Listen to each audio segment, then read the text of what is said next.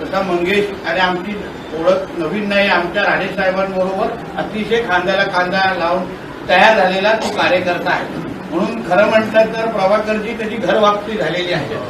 कारण का राणेसाहेबांबरोबर त्यांनी आपला राजकीय प्रवास सुरू केला. आज परत एकदा राणेसाहेबांच्या नेतृत्वाखाली, चव्हाण साहेबांच्या नेतृत्वाखाली तो आपल्या भारतीय जनता पक्षामध्ये आज प्रवास सुरू केलेला आहे. हिंदुत्वाचा धागा पकडून काम करणारा कार्यकर्ता ते आहेच. त्याचबरोबर आपण सगळेजण आंबळ्याच्या विकासा बाबतीमध्ये सरपंच मॅडमला मी विश्वास देतो, तुम्ही आता फक्त मागायचं आणि तुम्हाला मिळणार.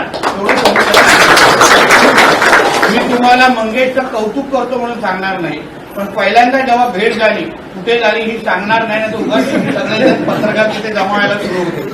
हे सगळं फोडाफोडीचा कार्यक्रम तिथूनच होतो, स्पॉट सांगणार नाही. पण पहिली मागणी जी केली आहे हे तुमच्या आपल्या सगळ्यांकडे महत्वाचं. पहिली मागणी त्यांनी एकच वाक्यात केली की साहेब मला काय देऊ नका, मला पद पण देऊ नका, माझ्या खांबळ्याचा आणि माझ्या वैभवडीचा विकास करा एवढीच माझी अपेक्षा आणि याच्यामध्ये काही किंतु करून तू नाही. त्यांनी एकच वाक्य सांगितलं, मला काही पदाचा विषय नाही, मला काय तुम्ही द्या नाही द्या हा विषय नाही, पण मला माझी विकासाची कामं झाली पाहिजे.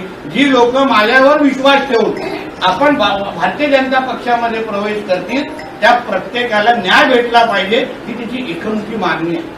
म्हणजे कार्यकर्त्याचा खरा गुण ह्या पद्धतीने आपल्याला समजतो आणि म्हणून तुम्ही सगळ्या जणांनी जे त्याच्या नेतृत्वावर विश्वास ठेवून आमच्या बरोबर काम करण्याचा घेतलेला जो निर्णय आहे, जसा आमच्या प्रभाकरजींनी सांगितला त्या निर्णयाला ताकदच देण्याचं काम आम्ही आमच्या माध्यमातून निश्चित पद्धतीने करू. हा विश्वास तुम्हाला मी आजच्या निमित्ताने देतो.